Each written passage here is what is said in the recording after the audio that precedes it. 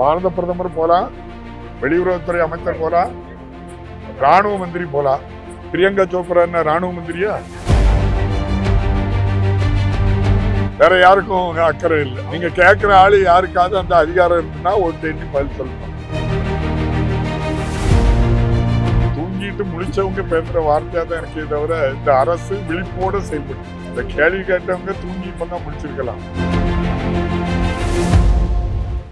இந்த ஒப்பீட்டு அளவுல நீங்க பத்திரிகையாளர்களுக்கெல்லாம் தெரியுமா, இந்திய அளவுல அதிகமான ஜிஎஸ்டியை தமிழ்நாடு தான் ஒன்றிய அரசுக்கு கொடுக்கிறது. அவங்க தனிப்பட்ட முறையில வரக்கூடிய வருமானத்துல நமக்கு பணம் தரது கிடையாது. ஜிஎஸ்டியில பாதியை வாங்கிட்டாங்க வருமான வரித்துறை. அதே மாதிரி சுங்க கட்டணம், கலால் கட்டணம், செஸ் வரி, இவற்றையெல்லாம் வாங்கி மொத்தமா பாக்கெட்ல வச்சுக்கிட்டாங்க. அது தமிழக அரசுக்கோ தமிழ்நாட்டுக்கோ இல்ல மற்ற ஸ்டேட்களுக்கோ பாரபட்ச மாட்டு பங்கு வச்சு கொடுக்காங்க. அதுதான் நமக்கு வேதனையாட்டு இருக்கு. அவங்க 11 லட்சம் நமக்கு தந்திருக்கோம் அப்படின்னு சொன்னாக்கி நீங்க கணக்கெடுத்து பாருங்க. இந்த 10 ஆண்டு காலத்துல அப்படி 2 மடங்கு 3 மடங்கு பணம் தமிழ்நாட்டில இருந்து வரியா வசூல் பண்ணியிருக்காங்க.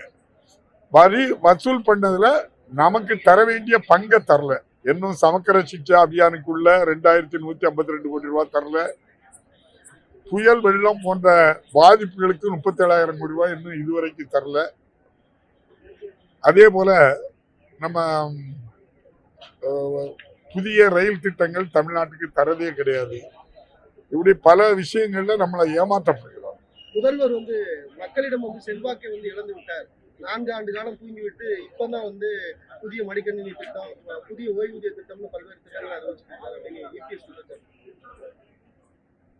இது தூங்கிட்டு முழிச்சவங்க பேசுற வார்த்தையா தான் இருக்கே தவிர இந்த அரசு விழிப்போட செயல்பட்டு. இந்த கேள்வி கேட்டவங்க தூங்கி இப்பதான் முடிச்சிருக்கலாம்.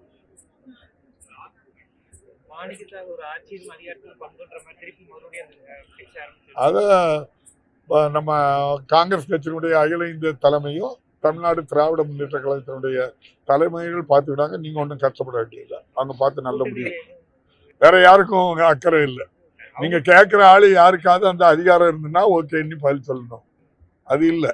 அதுக்கு அதிகாரத்துல இருக்கவங்க வேற இருக்காங்க. நன்றி, வணக்கம். இந்தியாவிலேயே ஊழல் மிகுந்த ஆட்சி தமிழகத்துல தான் நடக்குது அப்படின்னு தொடர்ந்து தமிழகத்துல பல்வேறு போராட்டங்கள் நடக்கு. ஆசிரியர்கள் கைது செய்யறாங்க, தூய்மை பணியாளர்கள் கைது செய்யறாங்க. எந்த விதமான நடவடிக்கை இந்த கிராமத்துல ஏதாவது ஒரு திருட ஒரு டவுன்லயோ எதுலயோ கூட்ட நெரிசல்ல ஒரு திருட என்ன செய்வான்னா திருடிட்டு அண்ணா போறான் அப்படின்னு சொல்லி இன்னொரு தானே காட்டுவான்.